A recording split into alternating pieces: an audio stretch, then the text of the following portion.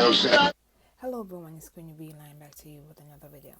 This video is an update pertaining to the 5 states which had slavery on the ballot, which included Alabama, Louisiana, Oregon, Tennessee, and Vermont.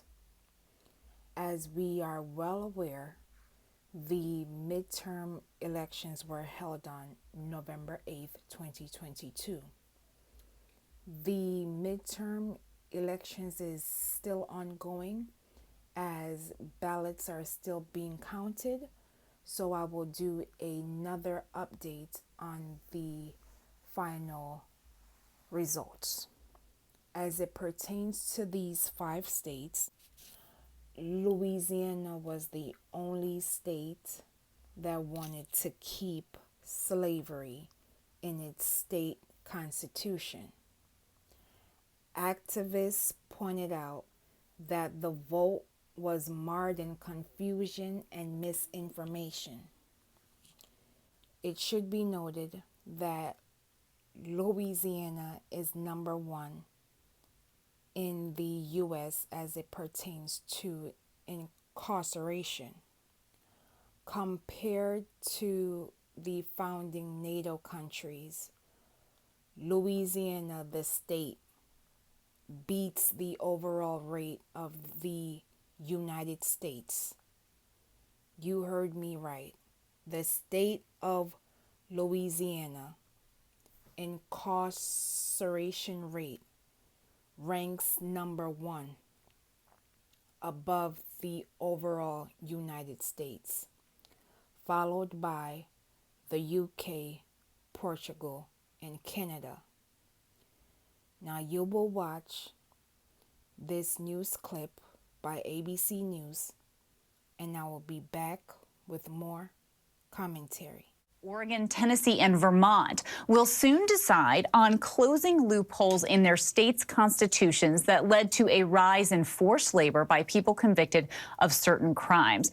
This effort is part of a national push to amend the 13th Amendment to the U.S. Constitution, which bans enslavement or involuntary servitude except as a form of criminal punishment.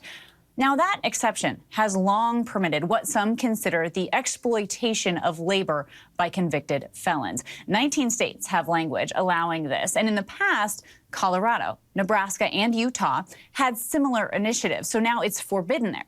Democrats in California tried to rid the remnant of slavery. However, the state Senate rejected a proposed amendment to get rid of involuntary servitude. So clearly a hot button issue here. And for more on this, we want to bring in our ABC News contributor and presidential historian, Mark Updegrove, along with ABC News contributor and professor of history at Johns Hopkins University, Leah Wright-Ruger. So let's start with you, Leah. Louisiana.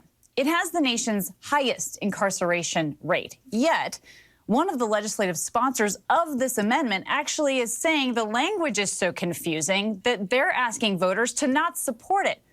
They're adding that maybe they can clean it up, maybe they can address it again next year. But this is what's at stake today. Can you talk more about that? Sure. So I think, first of all, as part of a larger effort for criminal justice reform, but also for prison abolition, there has been an enormous grassroots effort to try and put issues like this on the ballot. It's been going on for a very long time, at least a decade. And I think one of the things that we've seen is an enormous amount of success in the ability of activists and organizers from these various organizations, civil rights and prison abolition organizations, in order to get this, amounts to a loophole, closed. Now, we also know, particularly in the cases where this has not been successful, like California, that there is a lot of confusion over what this means. Does it mean that we have to pay prisoners, a wage? Does it mean that we have to pay them a minimum wage? Do we have to, the same kind of thing? But instead, I think it should be seen as the success, the ability to push for rights for prisoners who have been treated in exploitative ways. Well, so to you, incarcerated workers inside prisons in some cases are paid pennies a day. 9 states don't pay inmates anything at all for their labor. And the ACLU actually told the New York Times that prisoners produce an estimated $2 billion in goods every year. So do lawmakers have a constitutional obligation to address this? Well, it bears mentioning that if those workers don't comply and don't choose to do the labor, there are punitive measures taken against them. They can't have visitors. They can't make phone calls. There are all kinds of things that are done to ensure that they are punished for not being rendering that service, that labor. So I think something has to be done to address these things. As Leah sort of indicated, there's a lot of ambiguity about this stuff, these arcane constitutional amendments that there are often referendums around, and they will be exploited by both sides to ensure that they get their way on that referendum. But surely something needs to be done. Now, I do want to point out that it's on the ballot in Oregon, and the State Sheriff's Association telling us, while they do not condone or support slavery, they still do not support this amendment. But adding to that, Leah, in the conversation here, you said really it's a mistake to suggest that this is purely about the 13th Amendment. Instead, it's about closing a loophole that legislators exploited after slavery. So break that down for us. Exactly. And that's all it is, which is that the 13th Amendment contains this one little tiny area that essentially says, you can do slavery is forbidden except in these cases. And so what we see is a number of state legislatures, particularly after 1876, use this loophole to essentially get to what amounts to slave labors. This is an attempt to make that right, to make that good. We're all on the same page. Nobody likes slavery. So now let's make sure that it's legislatively sound. All right, Leah and Mark, our thanks to you for being with us. This is why voting is important. Because if slavery ended in 1865, and there are states currently that have this similar type of language in 2022, we have a long way to go. The fact that Louisiana is ranked #1 in the country for incarcerated persons, not only in the country, but in the world.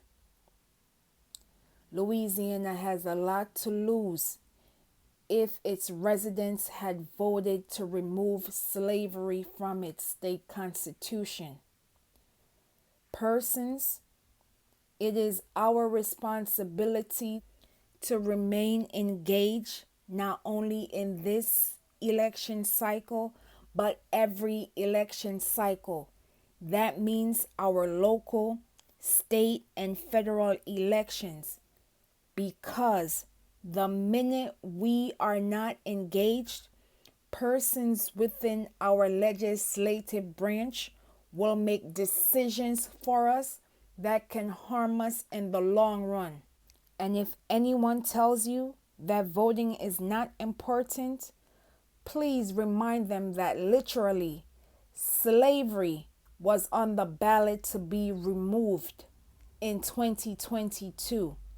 And this narrative that both parties are the same is a bold-faced lie, because there is one party that wants to move the country forward while the other wants to pull us back.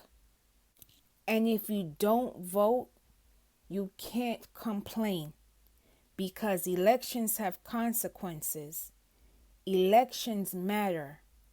Please be safe out here, and I will see you in the next video.